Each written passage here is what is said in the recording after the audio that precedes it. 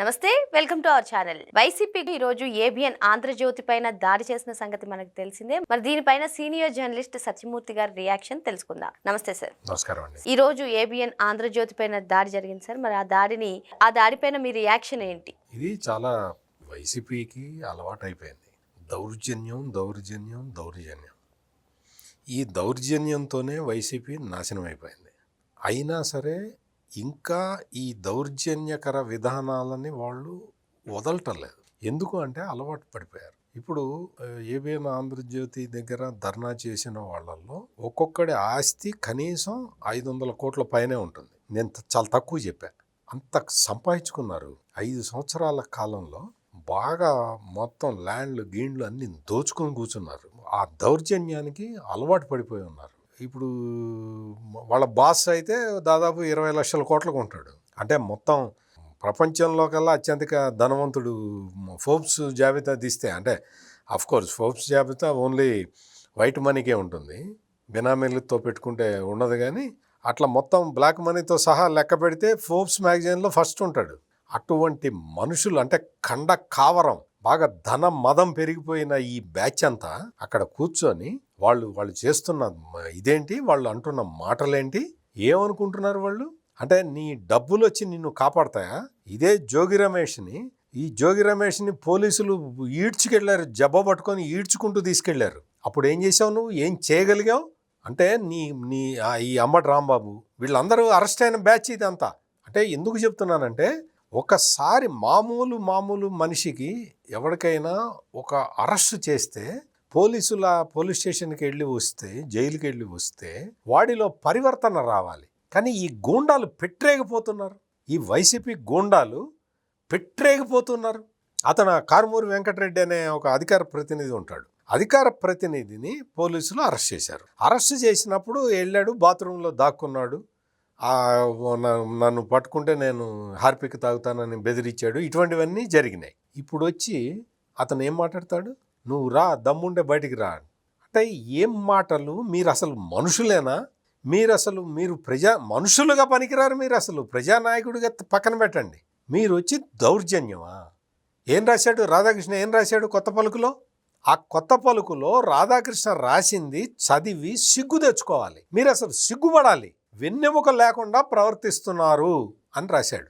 మీ గురించే తప్పుడు సంపాదనకి అలవాటు పడిపోయి, జగన్మోహన్ రెడ్డి అధికారంలో ఉన్నప్పుడు తప్పుడు సంపాదనకి అలవాటు పడిపోయి, ఆ తప్పుడు సంపాదన మీద పడి బతుకుతూ ఆర్థికంగా బలిసిపోయి తన్నుకుంటూ మీరు అక్కడి నుంచి బయటికి రాలేక మీరు జగన్మోహన్ రెడ్డికి కట్టు బానిసల్లాగా పడి ఉన్నారు అని రాశాడు. వాస్తవం అది. ఆంధ్రజ్యోతిలో ఏబిఎన్ రాధాకృష్ణ రాసిన విషయాలు, ఏబిఎన్లో ప్రసారం చేసిన విషయాలు అక్షర సత్యం. లక్ష్మీభారతి వచ్చి కూర్చుంటుంది ధర్నాలో. నీకేంటి? యూనివర్సిటీలో ఉద్యోగం, నెలకు 3 లక్షల జీతం ఇప్పించాడు జగన్మోహన్ రెడ్డి. ఎట్లా ఇప్పిస్తాడు నీకు? నువ్వు వచ్చి ధర్నా. ఎందుకు ధర్నా? మీరందరూ జగన్మోహన్ రెడ్డికి కట్టు బానిసల్లాగా బతుకుతున్నారా? మీకు తల్లో గుజ్జు కూడా లేదు. కానీ కనీసం బుర్ర ఉపయోగించండి. ఒకరోజేమో విశాఖపట్నం రాజధాని కావాలంటాడు, ఒకరోజేమో 3 రాజధానులు అంటాడు, ఇంకొక రోజేమో అమరావతి మాకు వ్యతిరేకం కాదంటాడు, అమరావతిలో ఉన్నా పర్వాలేదు అంటాడు. ఇంకొకడు వెంటనే నెక్స్ట్ డే వచ్చి అమరావతి శ్మశానం అంటాడు. ఇంకొకడు వచ్చి అమరావతి ఇందాకెళ్ళి చూసి వచ్చాను, ఏం జరగట్లేదు అంటాడు. ఏం జరగట్లేదా? చూసిరాపో అమరావతికి. రాత్రిపూట పగలపోతే నీకేమైనా సెక్యూరిటీ ప్రాబ్లం ఉంటుంది కదా. రాత్రిపూట పోయి చూసిరాపో. రాత్రిపూట కూడా పనులు జరుగుతున్నాయి. అమరావతికి చట్టబద్ధత వచ్చేస్తే రగిలిపోతున్నారు. వీళ్ళ ఇప్పుడు మీరు దోచుకున్నారు. మీ మీద కొన్ని కేసులు ఉన్నాయి. కొంతమంది దౌర్జన్యపూరితంగా ప్రవర్తించినందుకు పోలీసులు అరెస్ట్ చేశారు. తప్పుడు వార్తలు ప్రసారం చేసినందుకు ఈ సాక్షి ఎడిటర్ మీద కేసులు పెట్టారు. కానీ ఈడ్చుకెళ్ళలేదే. ఎందుకు ఈడ్చుకెళ్ళలేదు? ఈడ్చుకెళ్ళాలంటే 1 నిమిషం పని కదా. ఎందుకు ఈడ్చుకుపోలేదు? ఈ సాక్షిలో రాసేది అక్షరం అబద్ధమే కదా. ఏ రోజన్నా నిజం రాసావా? ఏ వార్త అయినా నిజం ఉందా?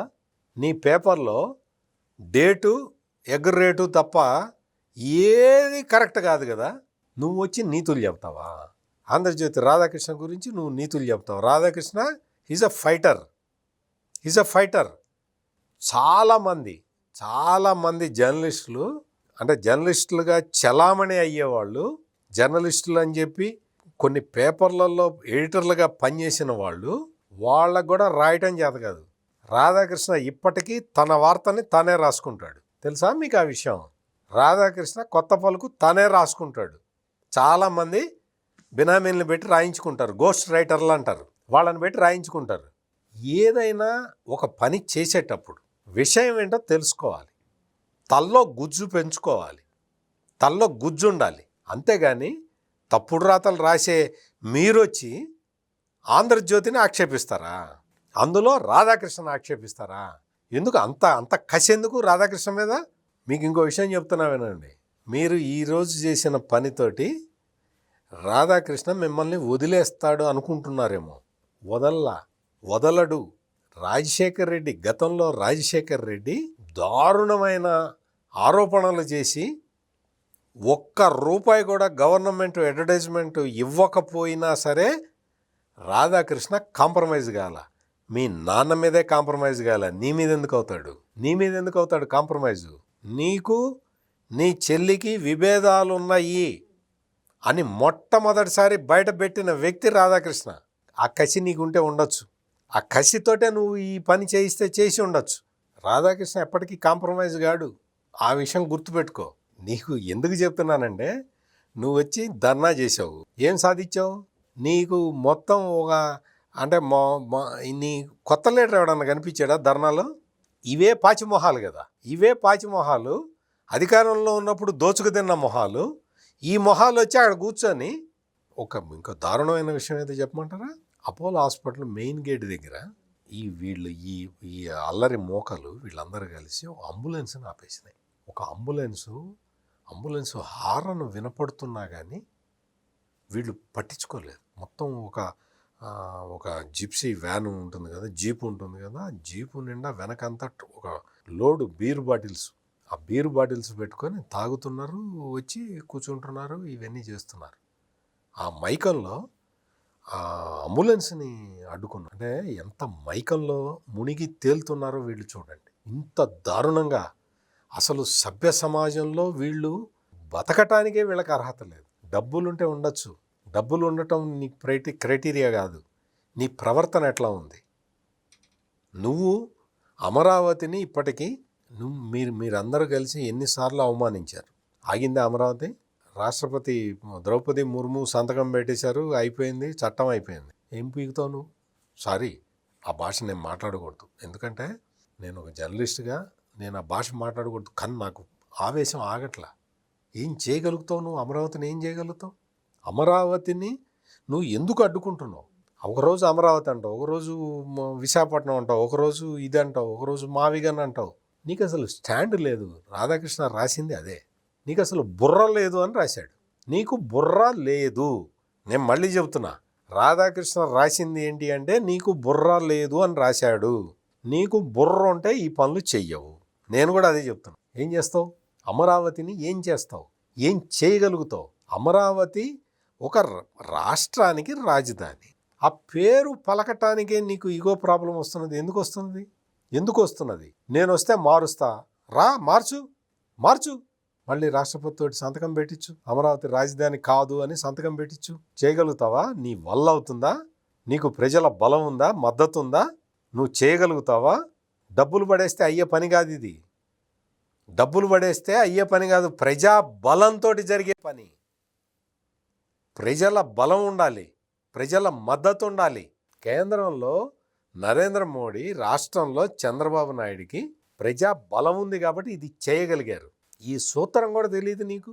మొత్తం ధనంతో మదమెక్కి చేస్తున్న ఈ ప్రవర్తనని మొత్తం అందరూ కూడా ఖండించాలి. వీళ్ళకి బుద్ధి రావాలి. బుద్ధి వస్తుంది, ఇప్పటికే వచ్చింది, సగం పడిపోయి ఇప్పుడు నేను మీకు ఇంకొక విషయం చెప్తా. ఈ ధర్నాలో పార్టిసిపేట్ చేసిన వాడి పేర్లు మీరు రాసి లిస్ట్ పెట్టుకోండి. నెక్స్ట్ ఎలక్షన్లో మళ్ళీ ఒక్కడన్నా గెలుస్తాడేమో చూడండి. ఇంక్లూడింగ్ అంబటి రాంబాబు మళ్ళీ గెలుస్తారేమో చూడండి. నేను చెప్తున్నా కదా, ఇంకా ఎక్కువ 3 సంవత్సరాలు అయితే ఎలక్షన్లు వస్తాయి కదా. మీరు ఈ లిస్ట్ రాసి పెట్టుకోండి. వీళ్ళల్లో మళ్ళీ గెలిచేవాడు అంటే ప్రజలను ఆకట్టుకునేవాడు ఎవడన్నా ఉన్నాడా చూడండి. అందరూ ఓడిపోతారు, ఎవ్వడు గెలవడు. ఈరోజు ధర్నాలో పార్టిసిపేట్ చేసిన వాడు ఎవడు 2029 అసెంబ్లీ ఎన్నికల్లో ఎవ్వడు గెలవడు. రాసిస్తా బాండ్ పేపర్ మీద. ఎందుకంటే ఇటువంటి చర్యల్ని ప్రజలు హర్షించరు. బుర్రలో గుజ్జు పెంచుకోండి. ధర్నాలు చేయటం కండ బలంతో, నీ ధన బలంతో ధర్నాలు చేయటం కాదు. బుర్రలో గుజ్జు ఉండాలి. ఆ గుజ్జు మీకు లేదు అని రాధాకృష్ణ రాశాడు. దాన్నే మీరు గడికి ప్రూవ్ చేసుకుంటూ ఉన్నారు. మరో అంశంతో మళ్ళీ కలుద్దాం. Thank you sir. నమస్కారం.